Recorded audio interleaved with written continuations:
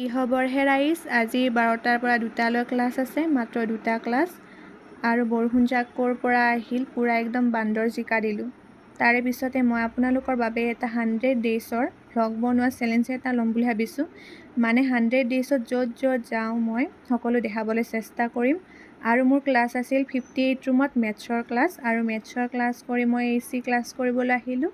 আৰু এইজনী হৈছে মোৰ ক্লাছমেট। তাৰে পিছতে মই ভিচালীলৈ এটা ছাৰপ্ৰাইজ দিম বুলি কৈছিলোঁ, আৰু তাইৰ ছাৰপ্ৰাইজটো দেখি মানে একদম শ্বক হৈ গৈছে।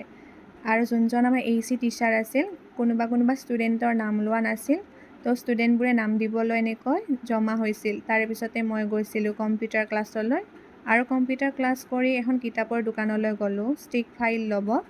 আৰু ফাইল লৈ থাকোঁতে আমাৰ বৃষ্টিও আহি পালে। তাৰে পিছতে দুইজনী একদম টেম্পোৰ পিছফালে বহিলোঁ। তাৰে পিছত আৰু দুইজনী ওলালোঁ ঘৰলৈ বুলি।